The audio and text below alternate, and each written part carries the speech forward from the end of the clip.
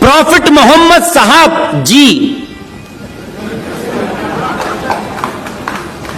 क्योंकि बहुत कुछ लोग भड़क जाते हैं कि उनकी शान में गुस्ताखी हो गई।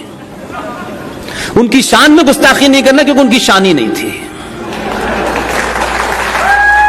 प्रॉफिट मोहम्मद साहब अदब के साथ, ताकि लोगों को यह ना लगे कि साहब हमने भड़काया, हम भड़काते नहीं हैं। प्रॉफिट मोहम्मद साहब की जो शादियां हुई, डरिए मत,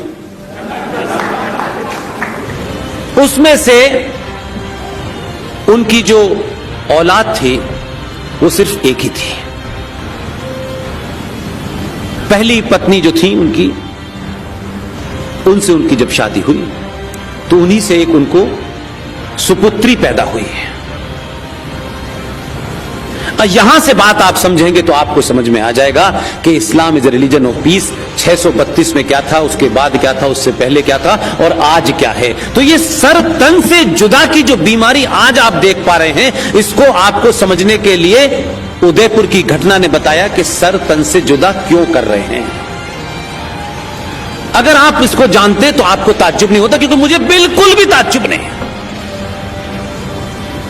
प्रॉफिट मोहम्मद साहब की बेटी फातिमा बीवी, उनके शौहर, उनके पति, उनके हस्बैंड इमाम अली,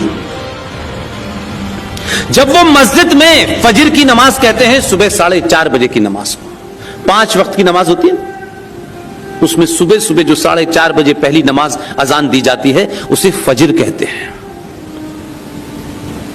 जब इमाम अली सुबह की नमाज पढ़ने मस्जिद में गए,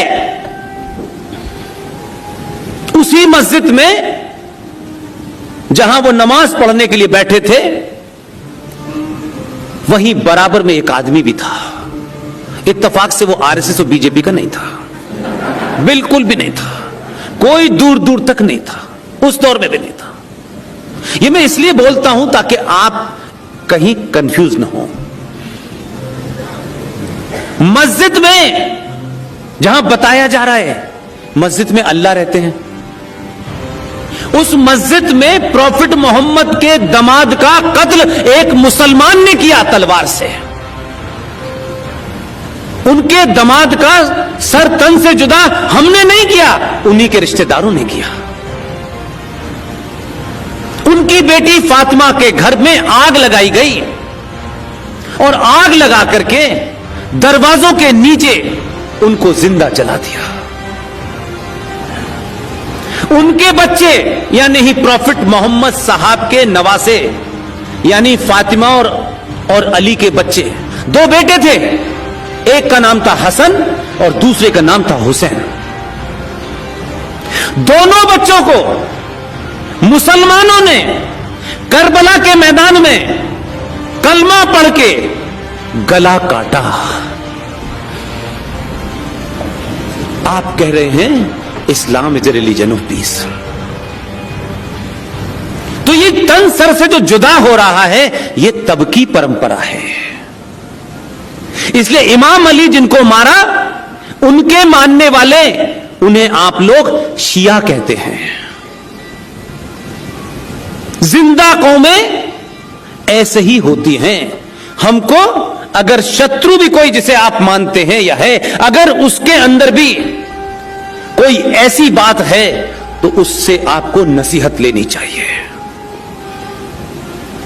आज उस घटना को एक लंबा समय हो गया, 700-800 साल से ऊपर हो गए, लेकिन आज भी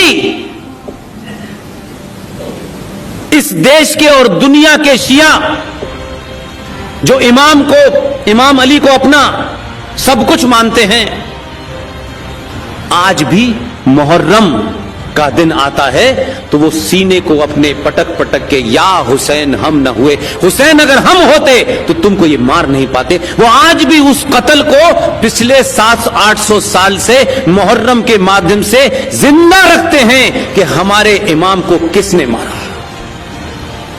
और आप तो 1947 की घटना को भूल करके जिन्होंने कत्ल किया उनके साथ आप भाईचारा ढूंढ रहे हैं। ये गलती आपकी है, हमारी है। हम ये समझते हैं कि कुछ लोग भटक गए हैं। ये जैसे ही आप कहते हैं तो सच के ऊपर पर्दा डालते हैं। उस किताब की फिलॉसफी ये कहती है,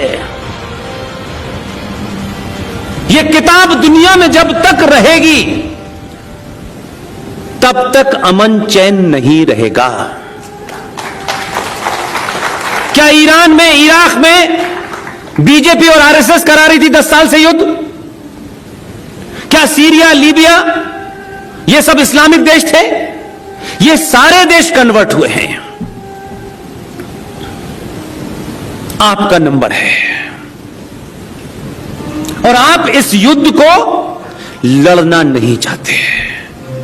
जो संपन्न है, हो सकता है कुछ दिन के लिए भाग जाएं, अमेरिका चले जाएं, ऑस्ट्रेलिया चले जाएं, जर्मनी चले जाएं, लेकिन 135 करोड़ में से 100 करोड़ लोग नहीं कहीं भाग सकते। जिनको यहां रहना है उनको लड़ना ही पड़ेगा।